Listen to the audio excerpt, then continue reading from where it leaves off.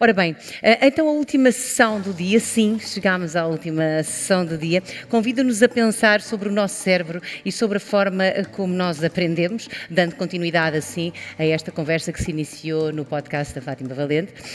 O que muda no nosso cérebro quando nós aprendemos a andar, a ler, a tocar violino, se o estimularmos, se compreendermos melhor o nosso cérebro, será que nós conseguimos aprender melhor? São questões destas fundamentais que nós vamos discutir na última hora. Stanislas Dehaene é um dos grandes peritos e investigadores contemporâneos na área das neurociências cognitivas. É professor no Collège de France e presidente do Conselho Científico de Educação Nacional do governo francês. A sua investigação tem procurado compreender as bases cerebrais mais fundamentais do cérebro humano. Estamos a falar de leitura, cálculo, raciocínio e consciência. Stanislas Dehaene é autor do livro A Arte de Aprender, editado agora pela Gradiva e cuja tradução contou com o apoio da iniciativa Educação e ao qual todos nós vamos ter acesso, já me estou a incluir, no final da conferência, com grande interesse. Por isso gostaria então agora, é o meu privilégio de chamar ao palco o professor Stanislas Dehaene, por favor. Professor, welcome to Lisbon.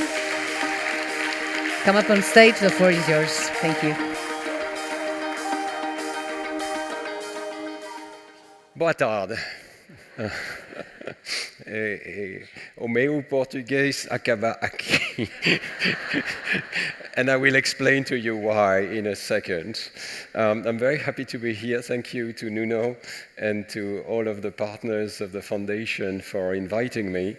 I would like to tell you about what I think that every teacher should know.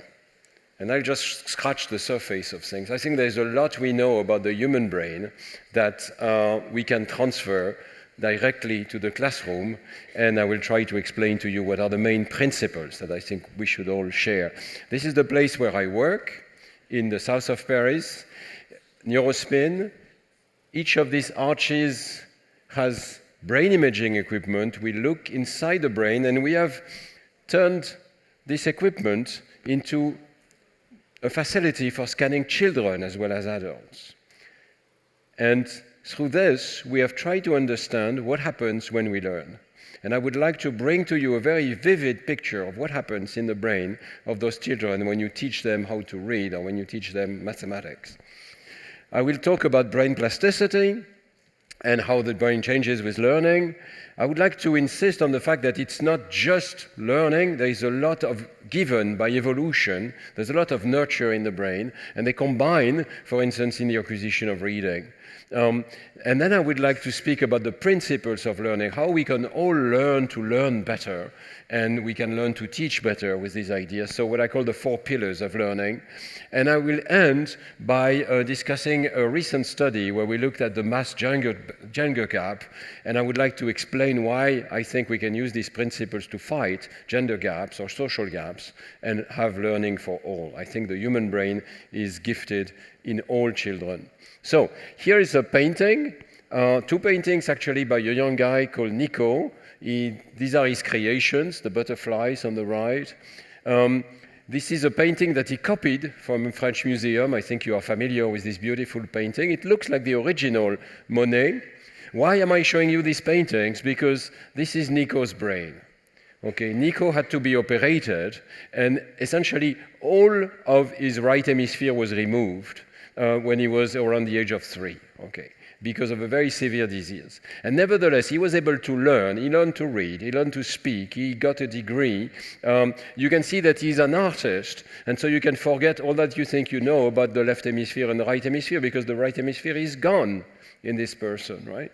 So it's a massive message of hope, I think. Even if you have children in your classroom that are impaired, the brain is highly plastic in youth and can overcome a lot of deficits. So what do we mean by brain plasticity? You have to think of it in a very literal sense. Cells are moving. They are touching each other, they are looking around, and they are changing all the time, especially in the young brain. Okay? So in the brain, of course, the cells are neurons. Neurons touch each other through synapses, and the synapses constantly come and go as we learn. And we think in neuroscience that this is the main basis of learning. Synapses can be literally seen in some animal experiments, changing, coming, going, as a function of learning. So, what is very special about humans is that we have this extraordinarily extended period of brain plasticity. For the first 20 years, we are young and plastic, very much unlike other animals. And in fact, throughout our lives, we keep some of this plasticity in at least some of our cortex. You can see how it looks like from the point of view of these neurons. They get exuberant over-connection during youth, and in particular, there is a peak, depending on the regions, around 2 to 4 years of age, there is a peak of exuberant connectivity, which will later be partially selected and pruned in order to promote learning. So it's a sort of Darwinian selection process in the brain, but the numbers are incredible. When you have a child in front of you of the age of 2 to 4, they have twice as many synapses as adults, okay? And the numbers will get reduced by learning. And the synapses that come and go are estimated to be around 2 or 3 million per second. Okay. So you look at a child for 1 second, 2 or 3 million synapses have changed. So that's the extraordinary machine that we are dealing with. And we have to respect that, I think, as teachers. We have to take advantage of this plasticity. And we have to take advantage while it lasts. These are the curves that explain why I'm not very good in Portuguese, even though I try to learn Portuguese. On the left is my pronunciation, my knowledge of the phonemes, and on the right is my knowledge of grammar. Both are terrible.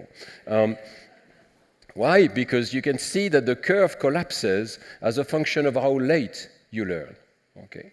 And by around puberty, by teenage, the curve really accelerates downwards. But in fact, it's already slightly slanted downwards in the first few years of age. So take advantage of the early years of plasticity, because this is when the brain is most plastic. At that age, at a young age, language learning is extremely efficient. At a later age, it's much less efficient. There's essentially no cost, as far as we know, to being bilingual or trilingual when you are a young child, but of course it's much more difficult later on. Okay. There is an interesting point on the right. If you want better language learning, do immersion. Try to force the brain to act in the new language. So have at least immersion classes, or at best immersion in the country for a few weeks. That's what works.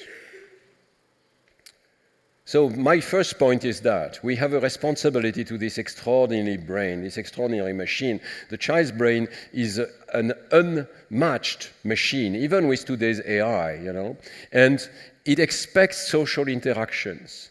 As is shown in this beautiful picture by Rebecca Sachs from MIT, it expects to be in relation with other human beings. It expects language. It has already a network for language. And experiments show that the more a child is engaged into a dialogue with other people, the more the language network develops. And that's already at the age of 5 years old. Okay. At the age of 5, there are already inequalities as a function of how much a child has been engaged in dialogues with others. So there's something that we must absolutely remember at the age of cell phones. Cell phones are problematic, but mostly for the parents, because the parents stop talking to their children. Okay. Children can get some stimulation from the cell phones, but not a lot. They expect social interactions with other peers and with adults. Okay. And that's what we provide with schooling. In a sense, you can say schooling was invented, and all of you in this room, you are here because of this brain plasticity. We took advantage, we discovered that the brain was highly plastic in this young age, and we decided to try to force it to learn new things at that age.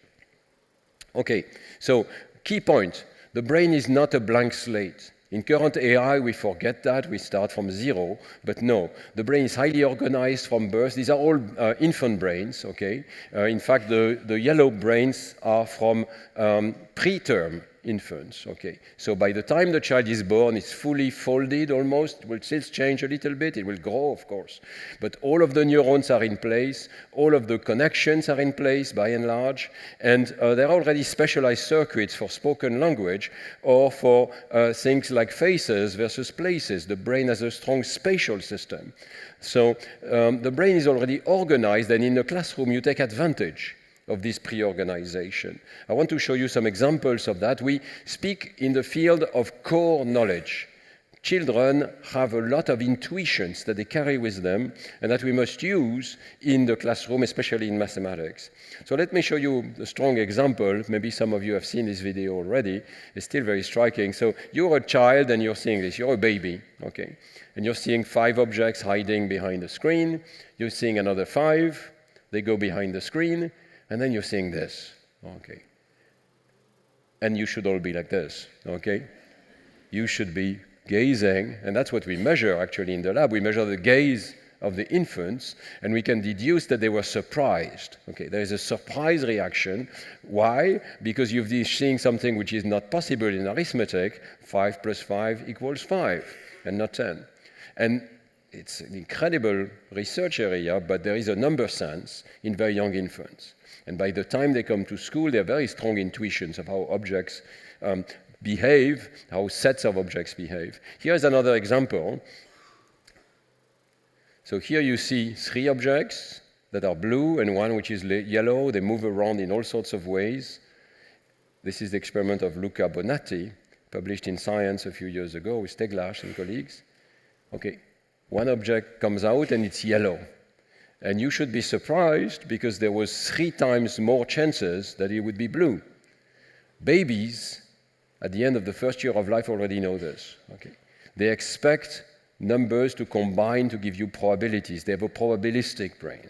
So we can capitalize on that in our mathematics, but capitalizing on intuition, and that is what I call cultural recycling. In our cultural inventions, we capitalize on the pre-existing abilities of the brain, we repurpose or recycle them to turn them to a better use or to more precise use. So we invented the alphabet to recycle the system for visual recognition and turn it into a spoken language system.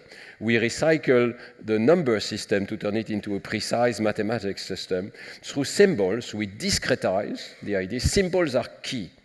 So you want to teach those symbols precisely because they allow to discretize our intuitions, make them more precise, and then they can enter into combinations with each other because we have language. So here is an example. I showed you number sense in infants, number sense exists in a monkey, but in the brain, we can activate the very same number sense system from symbols of Arabic numerals, and we suddenly have a much more precise capacity to do calculation. And I want to talk a bit more about the reading system, because this is, of course, a foundational ability. When we learn to read, we start with a system which is illiterate, but it's already organized for recognizing faces, houses, and tools, and so on, and we add to it, we recycle a little part of it in order to turn it into a capacity to recognize strings of letters. So that's what we do. So reading works like this. When you have a child who is learning to read in the first grade, the child is already highly organized for spoken language. It already has regions involved in spoken language, phonology, lexicon, syntax, meanings. Very cartoonish view here. What we do when we learn to read is we go through the visual cortex, and we're going to go to the same network from vision. And in doing so, we specialize a bit of the visual brain, which is called the visual word form area, or you can say the brain's letterbox, that's how I simplify things, which will concentrate your knowledge of how letters appear in vision and send it to the phonological areas of the human brain that already exist, that will develop further, and the connection between this system will improve, So you can see this is a cartoon version of 20 years of research in brain imaging of reading. You can see that the key component is to connect vision to phonemes, grapheme to phonemes, strings of letters to their corresponding sounds, and lately the lexicon, right? That's why phonics works so well, because phonics is tuned to the proper circuit that bridges from letters to sound. Okay. And that's it. After that, you can use all of your knowledge of spoken language from vision. That's what reading is.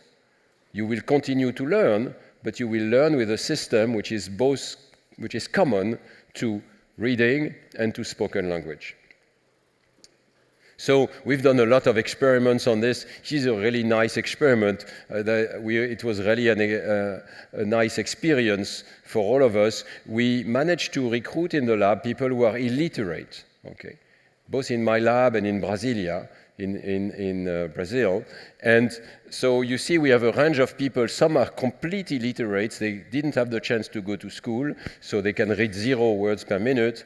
You and I would be literates up here with more than 100 words per minute, and we had intermediate cases, in particular people who had learned a little bit from their neighbors or from adult classes. And so what we do here is we look at what are the areas that are activated in colors more and more with the reading score.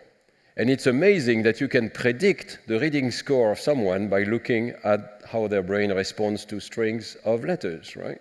So what do we see here? We see, first of all, as I told you, reading gives access to the spoken language system. This is Broca's area for language. This is the spoken language system in the superior temporal region.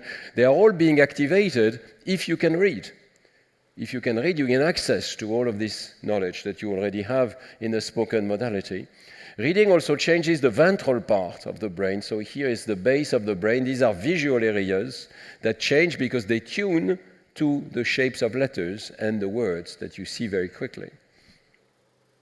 And reading also turns the more auditory areas of the brain, and that was really a remarkable surprise. You see how strongly the activation to spoken sentences or words or pseudo-words climbs when you learn to read. So when you learn to read, you increase your ability to discriminate between phonemes, and that literally changes that brain area, and it also changes the connections between vision and language.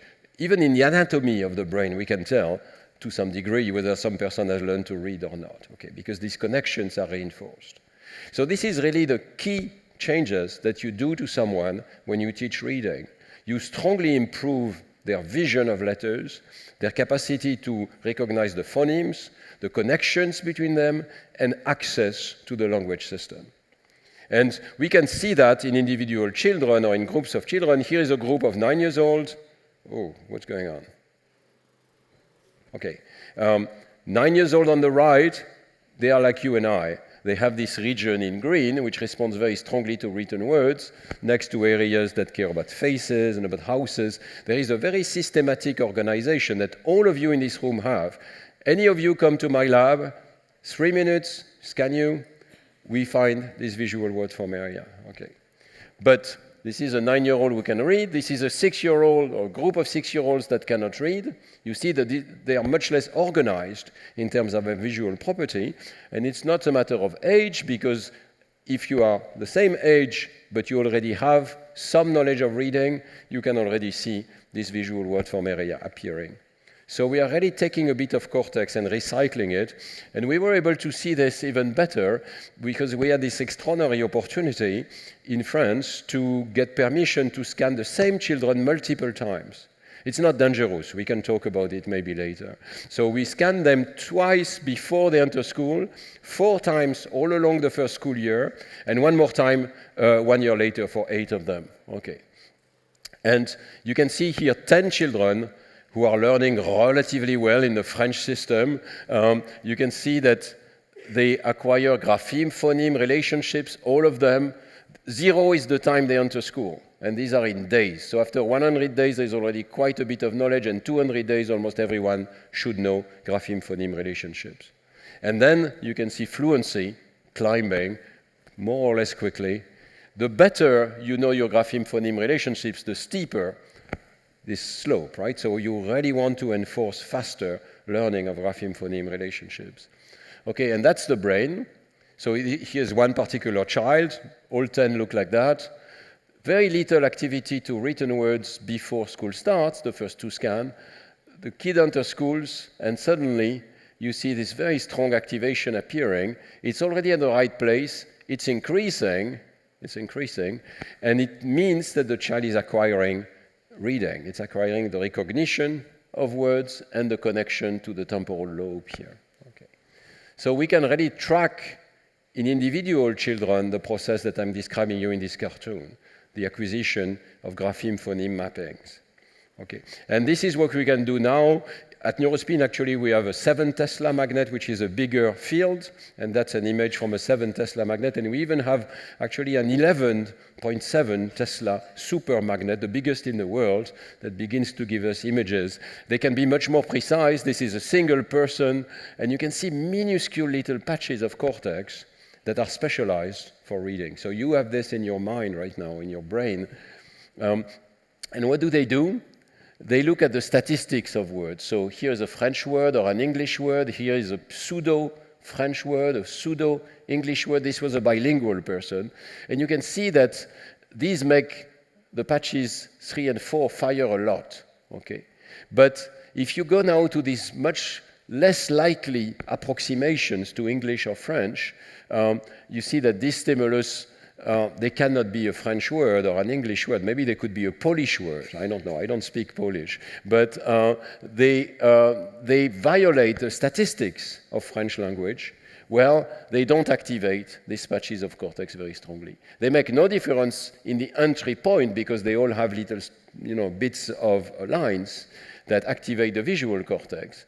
But very quickly, these regions, the visual word form area, they care about whether they respect the spelling of French. That's what we have all learned. We have learned the statistics of a language and learned to be very efficient in recognizing letters. So I hope you can really put your finger of what changes. You literally change the brain each time the child enters the classroom, of course, and you change it in very precise ways. Okay.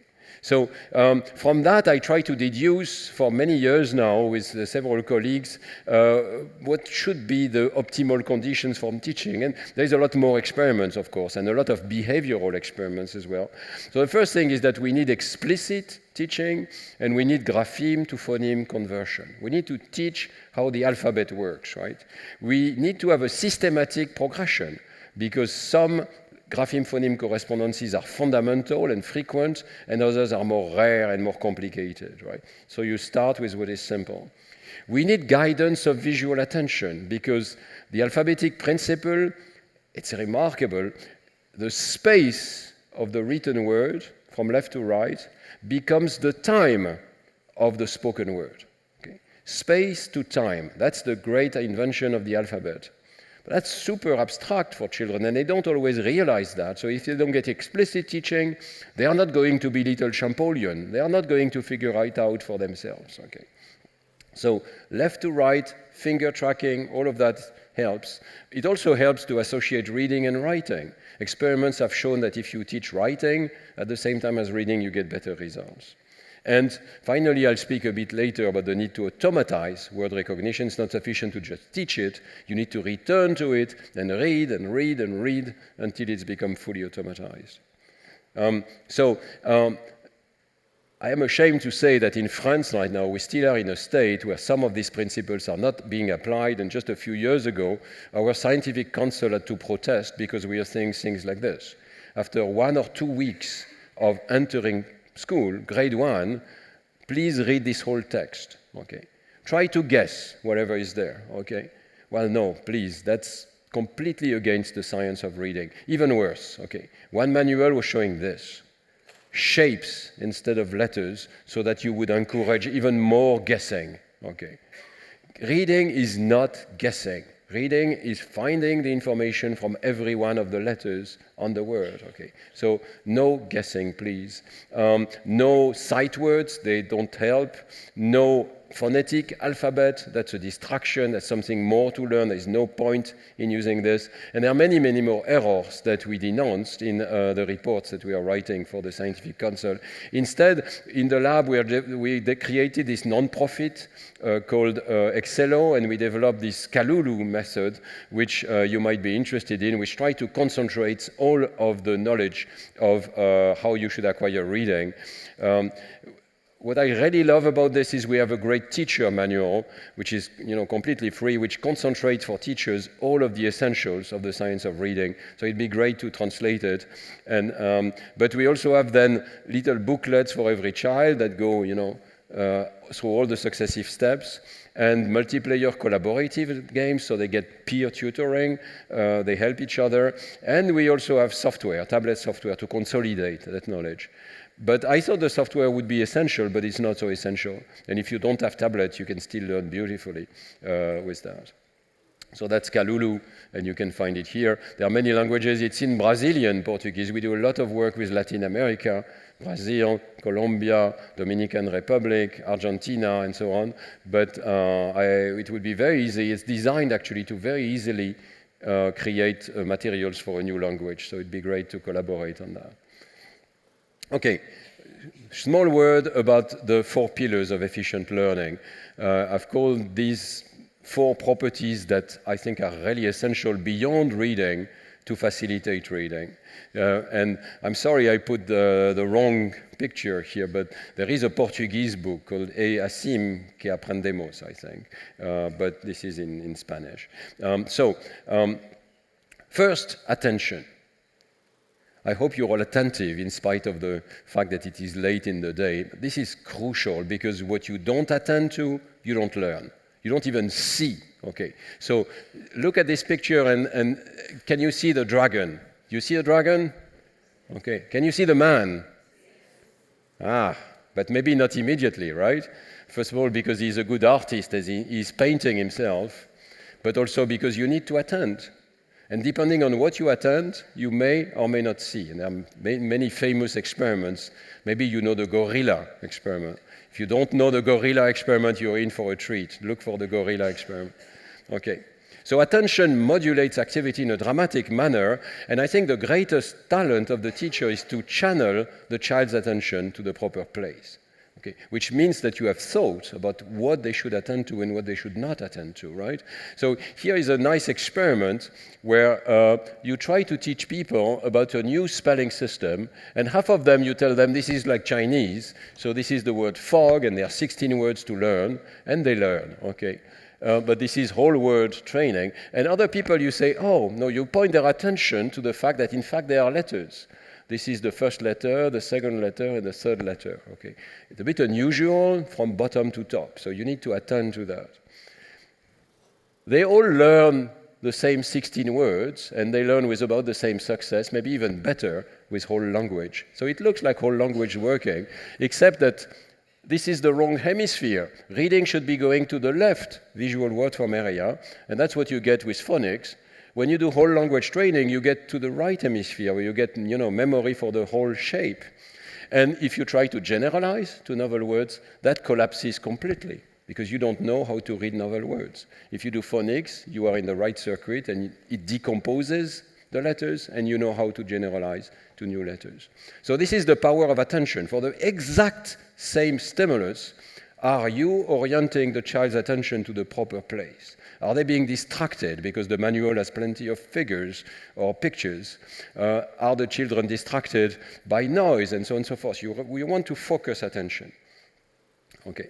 In humans, maybe I'll go quickly, but this depends very much on social attention. From the baby will follow the gaze of the adult before they learn anything. So if the mother says something, calls this a particular toy with a particular name, the first thing the baby does is look at the mother in the eyes, follow the gaze, find the object, and learn what it is. There is no learning without shared attention. Shared attention is crucial, and therefore you have a very key role as teachers. Your attitude may drive the children's attention. Okay. I think you all know this. Just know that this is a basic mechanism in the brain. My pillars 2 and 3, I'll go a little bit quickly because this was already discussed in the previous group session. Active engagement and error feedback. This is a cartoon view of what I mean.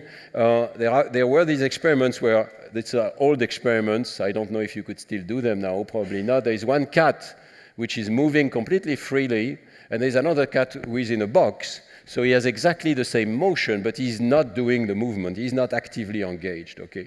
And the findings were that this cat's visual system develops normally, this one does not. So that's a metaphor for active engagement. I don't mean, by the way, please don't misunderstand me. I don't mean that kids should be moving around like this or pedaling. I know some classrooms where they buy pedals under the table so somehow the kids are more engaged. No, that's not what I mean. What I mean is brain engagement, okay, very clear. So you want to have a student who is curious, who wants to learn, and when you want to learn, you are actively following and engaging your curiosity, your hypothesis generation system. You're trying to find out what it means. And then the second pillar is error feedback. So this sort of study was already mentioned. I'll go very quickly. Suppose you have 2 hours to study. So 2 hours can be 8 quarters of an hour. Would you like to dedicate all of it to studying? Because next day is the exam, you have 2 hours to study. Or do you think you should study and test? And maybe, therefore, you reduce your study time, right? So it's not intuitive, but the findings are very clear. 48 hours later, the people who have studied and tested have much better retention. The probability of recall is much higher than those who have studied all the time. You think you're learning, but you're not. Okay. And it's very clear in so these studies that look at the delay of retention. So I showed you after 2 days, this is another study. After 5 minutes, it makes no difference. It may even be in the opposite way. You think you know it's all fresh in your working memory, but what counts, of course, is what will happen 2 days or 1 week later, and that's when you really want to have study and test, because you get feedback. It's the feedback which is essential here. So with feedback, you can come back to studying because you know what you have to study, right? You know what you don't know.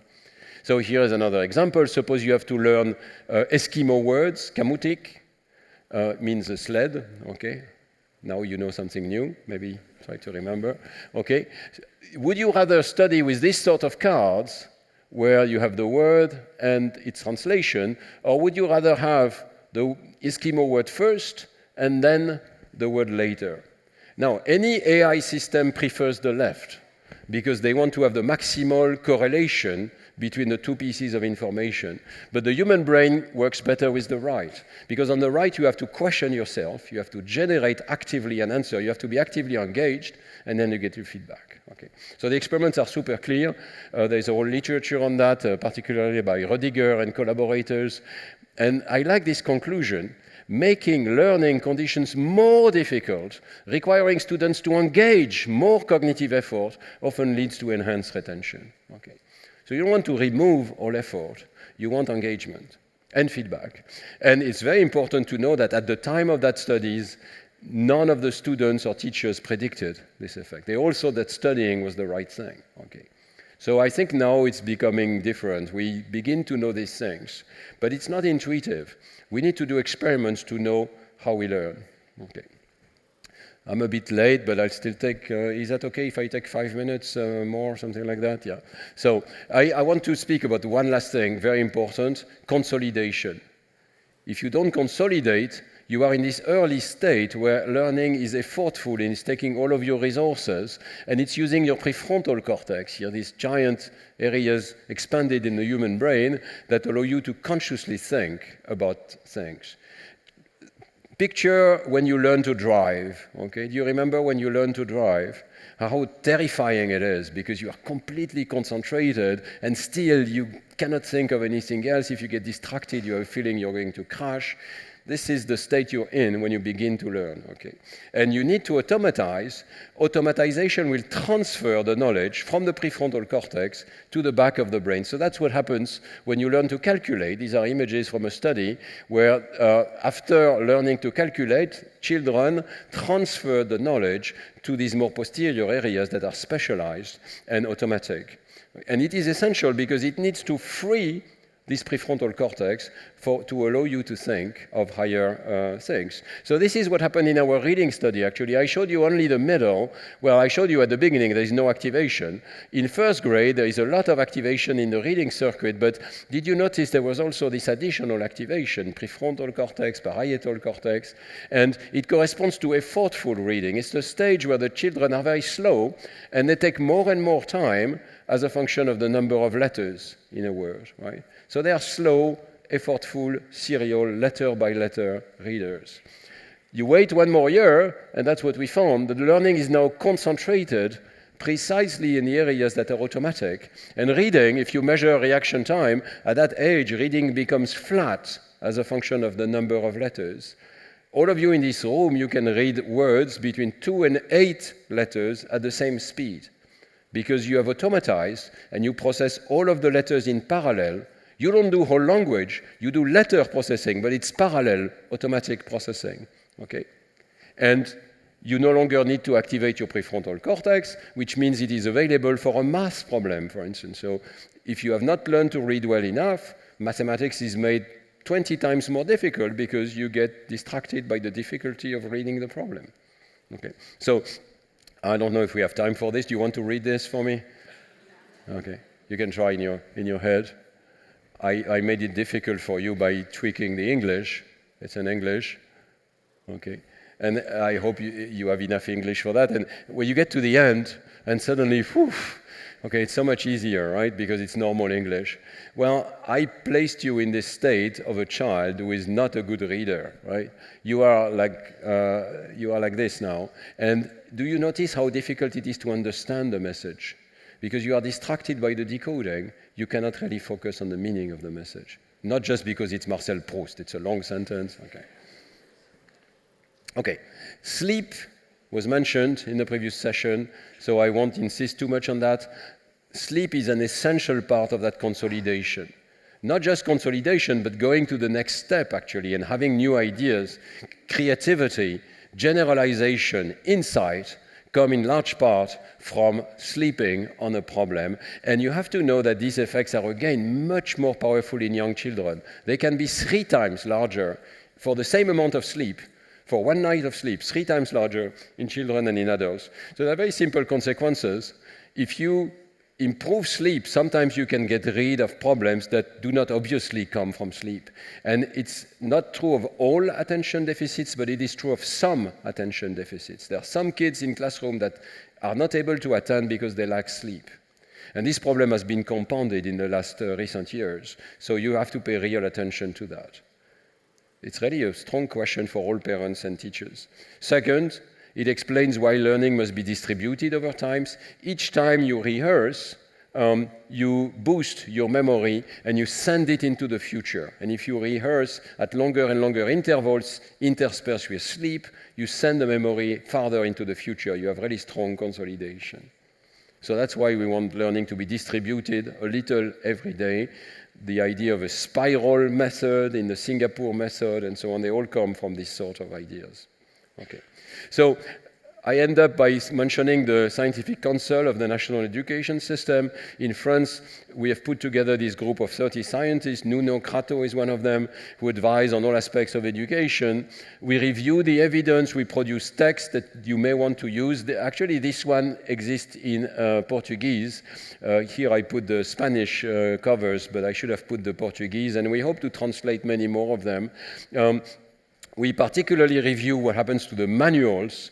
We would like the manuals to be labeled according to how well they fit with the current science. And unfortunately, in France, there are still many manuals that do not fit with the current science. We also created, and that will relate to the first talk of this morning by Joshua Engrist, we created national evaluations so that every kid in France gets evaluated in order to help the teacher. Not for the purpose of econometry, but for the purpose of giving the teacher back on his class an exact picture of every kid in the class. And therefore, at the beginning of the year, the teachers understand the needs of the children, and in the middle of first grade, they can see how much progress there has been, and if there is not enough progress, they can correct it. We do that multiple times. It's become, for instance, in France, it's become very natural for teachers to speak about fluency, how many words per minute can you read? I heard teachers, I went to Guyane, which is, quite far, but it's a French territory, and they are discussing how many words do you kids read per minute? Oh, only 17. Oh, maybe you should get to 23 the next month, and so on. That's the currency that you can use to ask how learning is efficient, right? It sets precise goals for each class, and it sets the same goals regardless of where you are, what is your socioeconomic status, your social origin. So it's very important to have these, ideal goals. And so that's the current scheme for first grade. We measure at the beginning of first grade, we measure in the middle of first grade, and then at the start of the second grade. And we measure all of these things, oral comprehension of words, phoneme handling, syllable handling. In the math, we measure the number line, which is a great test to see whether children understand how numbers and space map onto each other. And a few discoveries. We found, first of all, what everybody finds, but now is so precise. Actually, there are error bars here, but you can't see them because the data is so good. We have 700,000 children all tested, right? And this is the language scores, this is the math scores, as a function of age in months. And so in first grade, you have 12 months of age. It makes a huge difference, right? It's a huge difference, because some kids are much younger than others. They have not yet had all the opportunities to learn. So pay attention to that in your classroom, especially in primary school. You have these age differences. But then we have this other thing, social inequality, huge effect. So these are private schools, public schools that are normal as a function of socioeconomic status of the neighborhood, and then priority schools and high priority schools. And you can see the collapse of these scores as a function of socioeconomic status at the beginning of first grade. If you go to middle of first grade, you see that we have been able to catch some of these kids back up. So this is the power of the school. These priority schools, they are jumping up. But you also see something strange. The blue are the boys, the red are the girls, and this is in math. And after 4 months of schooling, we see a gender gap effect that was not there at the beginning of school. Okay. And after 1 year, it's huge. Okay. And it's there everywhere, in every school, everywhere. It's there at every age. And that's a real striking curve here, if you bear with me for a second. This is the age of the children, and you see it makes no difference whatsoever when they have not yet entered school. They are just entering school. Okay. And then they enter school, and regardless of age again, they have a gender gap. Boys are ahead of girls. And by 1 year, regardless of age, they have a huge gender gap. So these children here and here, they are spaced by only 1 month, right? But because of that, they were entering school or not. They had to wait 1 more year. And it's really entering into school that created this gender gap effect. So we were stunned by these findings because there is a huge effect of age on the scores in my previous slide, but there is no effect of age on the gender gap. The gender gap seems to be entirely related to whether you are in school or not. All right. Okay. And so, maybe I should mention this conclusion. It's not that kids slowly accumulate biases from their neighborhoods, from their families, from seeing people in engineering and so on. It's also not in the family. It's occurring inside the school. And one further proof of that is that during COVID, the children did not go to school for 2 months and a half, and the gender gap effect was reduced. Okay. So it has to do with learning in a school setting. Okay. So this was a big Nature paper a bit earlier this year, just a few months ago. And I would like to make clear that we don't know the cause. We only know when and where the gender effect appears. In the school, already in first grade. But what is the cause is much more complicated, and we could discuss that perhaps. I'm sorry that I don't have time to go too much into that. There is a lot of papers showing that girls have more math anxiety than boys, and that the anxiety in female teachers, and of course it's the majority of primary school teachers, gets transferred to the girls much more than the boys. Okay. So we have to somehow find a way to overcome that. We also know that there are teacher attitudes that may reinforce or reduce the gender gap. One of them is that there is a tendency to integrate boys more than girls in mathematics. And the girls also suffer more when there is pressure or competition. So I don't have clear solutions, but there are a few possibilities here. The key point is to show the kids that all of them can succeed. And this is the end of my talk. I hope you understood that from the beginning of life, we have an extraordinary brain. We have a huge potential. And if you teach at the right level, everyone can learn. If you use the 4 pillars of learning, everyone can learn. So one thing that we showed in this gender gap study is that there was one modulator of the gender gap. It was whether the first of the class was a girl or was a boy. If the first of the class was a girl, then the gender gap effect was smaller, which means that you can see, oh, there is a little girl here, she's the first of the class. That's wonderful. We all can do that. Okay. Most important, I think, is this idea of incremental view of intelligence. That when you consider learning, it's never easy for everyone. Learning mathematics is difficult for everyone, but it's the effort that counts. It's the growth mindset that counts. The opposite view is that some children are gifted and some children are not gifted. First of all, this view is false. I showed you when you enter first grade, boys and girls are equally gifted. They have the same scores. But what counts is the effort that you are putting, the engagement that you are putting, both from the child and from the teacher. So these are my conclusions, but I'm already late, so I'll just show them to you. I just want to say, the brain is my favorite organ, obviously. The brain is the best supercomputer on Earth, and the child's brain is learning at a rate which is much faster than any AI that we have so far, much more efficient in terms of the data it's getting. So we have a responsibility, all of us, to bring this to its utmost potential. I think that's what we are trying, and your foundation is trying. And that goes through knowing how it works, which I try to expose to you too fast today, but also accepting the results.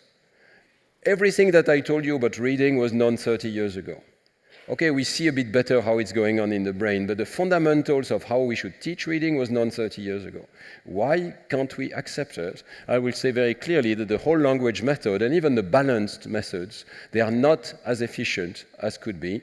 Most efficient is phonics, we know that, and we just need to put it in practice. And thank you very much. Thank you.